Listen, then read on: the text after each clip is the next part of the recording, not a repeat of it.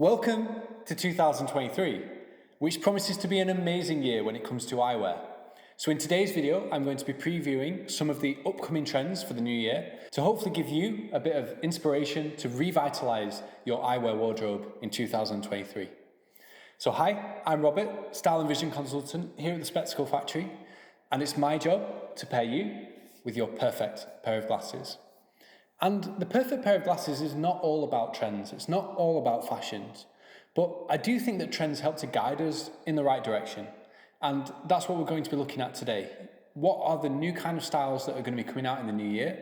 It's pure speculation. I don't have any crystal ball that tells me what's going to be popular, but looking at the last couple of years and the way that eyewear is going, the direction that it's moving in, today's video is to really give you an idea about what I expect to be cool in 2023. So without further ado, I have some frames to show you to give you examples of some of the styles that I'm referring to. One of the big trends that I'm really expecting to see in 2023, and the glasses I'm wearing in today's video are kind of an example of that, are more angular shapes. Shapes where there is more definition, more kind of sharper contours, more pronounced corners.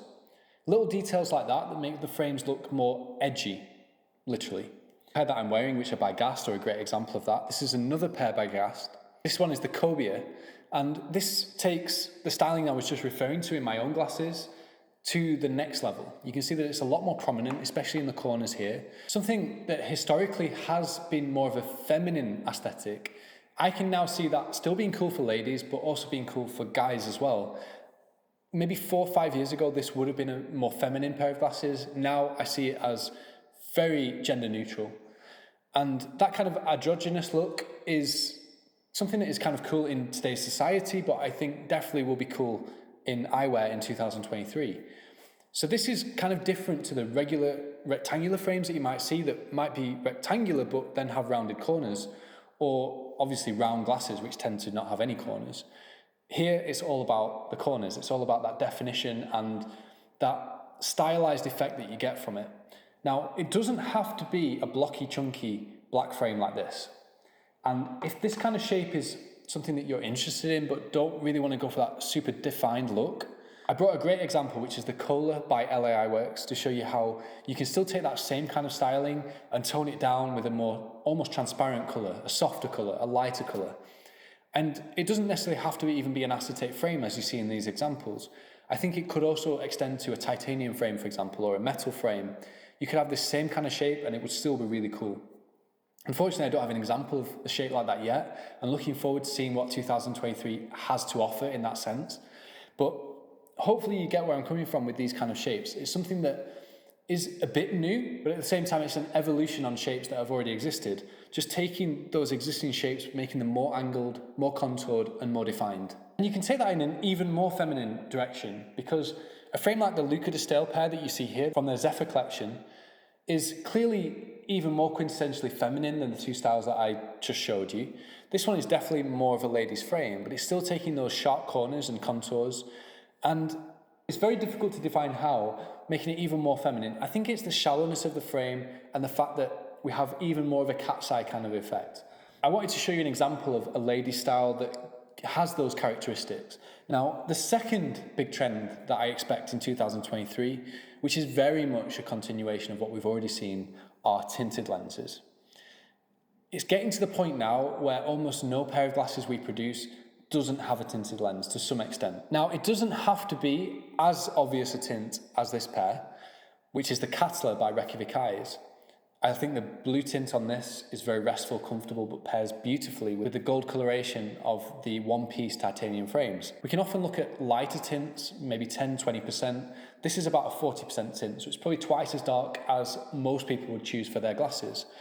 But at the same time, 3-4 years ago, this tint wouldn't have been acceptable, or it wouldn't have been popular at all. Nowadays, a lot of people are even going for these 40% tints. If you really want to be more brave, I think it's a really cool way to go. It doesn't limit your vision in any way. I still feel that I can see everything within this indoor environment, especially because blue is a slightly brighter colour to look through.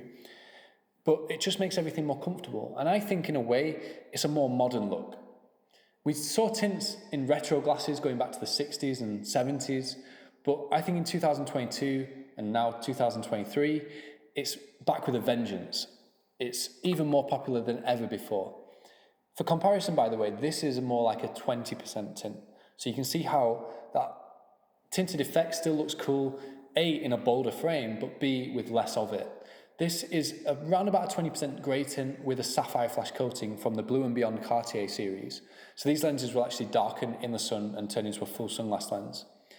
This also has what we call a flash coating. This is a sapphire finish, which has a slightly blue reflection to it. Flash coating is another big trend, which just allows you to really finish off your perfect pair of glasses. So you can take a tint, you can take a frame, and you can use the flash coating to either contrast with the frame and the lens, as you see here, because it's in the sapphire blue, or blend in. A lot of clients would choose, for example, an amber flash coating, which has a gold finish, and that would blend the lens in with the frame. So there are different ways you can do that, but either way, you're going with a tint and a flash coating, and I think that is something that you should definitely consider if you're buying glasses in 2023, without question. Not only for the optical effects, because it does make your eyes more comfortable throughout the day, but also the aesthetics. And as a final example, this pair from Chloe, which is the CH01080, has a 40% gradient brown tint, and I'm always a fan of gradient tints. Gradient tints definitely going to continue to be a trend, and this was a great example of a more feminine style that has that tinted effect. But hopefully that gives you a bit of a picture of what tinted glasses can look like. I've deliberately picked 3 more tinted than average pairs of glasses because this is the direction that I see the trends going in. And the third big trend that I'm expecting to see in 2023 is the innovation in 3D printing. Now, I was kind of surprised and disappointed that 3D printing hasn't taken off already. I fully expected that by now a significant percentage of glasses would be made using 3D printing manufacturing technology. But that hasn't been the case, surprisingly. I think COVID and the after effects of it definitely had a significant restriction on innovation. But now we're out of COVID, more or less, and 3D printing is starting to become a little bit more utilized within eyewear. For example, we saw the McLaren 3D printed titanium frames coming out last year. Those were exceptional and incredible and stunning pieces of eyewear design. But in the more mainstream, you see materials like 3D printed graphite, for example, in the regular collection of McLaren frames, or 3D printed nylon, as you see here in this F Rey example. Let's showcase both of these frames for you now. So, what 3D printing allows manufacturers to do is, I would say, 2 things. Number 1, the frames have a lovely textured finish that you just can't get really from acetate. And that's only really visible up close, but the 3D printing manufacturing method leaves a rough finish rather than a smooth finish. That gives a matte effect and a textured effect, which is different, let's just say. I'm not saying it's better or worse, but it is different, and in a way, I think it's kind of futuristic and certainly exceptionally modern. It looks more high-tech, is what I'm trying to get at. And none more so than with the McLaren series, because those frames are extremely well engineered and extremely high-tech looking. We see the contrast between the 3D printed front of these frames with the Formula One rubber sides, which have the straight fitting for even more futurism within the design. On top of that, we have the rotating hinges, which are just incredible to watch. I mean, it makes opening and closing your glasses a different experience. So the first thing that you get from 3D printing manufacturing method is that rough textured finish. But the second thing that you get is the ability to create unusual 3D printed shapes. For example, on this frame, you have the almost side shield effect. As you can see from the side, these have a great deal of 3-dimensionality, ironically, which looks super cool and means that these glasses look different from different angles and cool from every angle. The F Rey pair that I've brought over take that to the next level, because the 3D printing method used to manufacture these frames gives the designers the ability to deconstruct certain parts of the frame. So for example, at the bridge, the extremities of the lens rim, and even here where the nose pads kind of overlap the front of the frame, there's just a lot going on with these glasses which makes them look very different. Now, I'm a huge fan of these kind of pilot aviator shapes. I love the styling of these frames. I just think it's a really cool piece of eyewear design. But at the same time, it's very modern and futuristic thanks to the 3D printing manufacturing method. And it's just super cool. And I have a third example to show you as well. So ironically, this frame by Morel in France came from one of the first collections of 3D printed glasses more than 3 years ago now.